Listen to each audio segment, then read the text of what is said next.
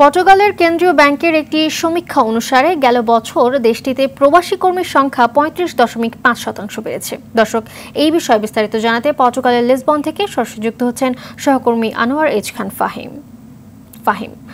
পর্তুগালের কেন্দ্রীয় ব্যাংকের সমীক্ষা মতে প্রবাসী বাংলাদেশির কর্মীর সংখ্যা কত জানাবেন আমাদের। মালিহা, আপনাকে ধন্যবাদ।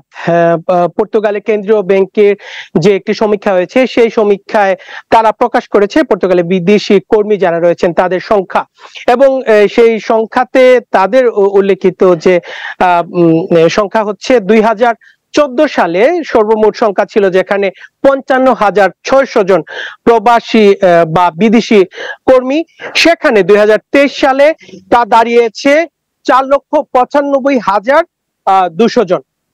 এবং আপনি যে প্রশ্নটি করেছেন যে তাদের সমীক্ষায় বাংলাদেশি যে কর্মীরা রয়েছেন তাদের সংখ্যা আছে কিনা, হ্যাঁ, তাদের সমীক্ষা অনুযায়ী পর্তুগালে বিদেশি যে কর্মী রয়েছেন তাদের মধ্যে সর্বোচ্চ সংখ্যা হচ্ছে ব্রাজিলের যে কর্মীরা রয়েছেন।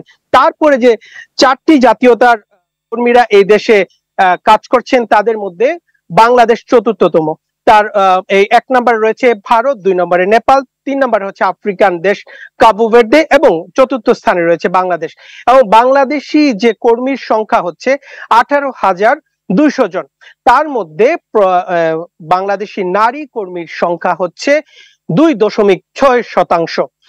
এবং আজকে আমি আরেকটু বিষয় উল্লেখ করতে যাচ্ছি। আজকে পর্তুগালের জাতীয় সংসদে অভিবাসী এবং অভিবাসন নীতি নিয়ে বেশ আলোচনা হয়েছে। হয়তো সামনে বড় ধরনের অভিবাসন নীতির পরিবর্তন আসতে পারে। তবে একটি বিষয় এখানে উল্লেখিত হয়েছে যে পর্তুগালে হয়তো সামনের দিনে অভিবাসন নীতির যতই পরিবর্তন আসুক না কেন, ওয়ার্ক পারমিট যে ভিসা রয়েছে সেটি বলবৎ থাকবে, এবং তা আরো বেশি বড় পরিসরে হয়তো কার্যকর হতে যাচ্ছে। মালিহা, এই ছিল এই বিষয়ে সর্বশেষ।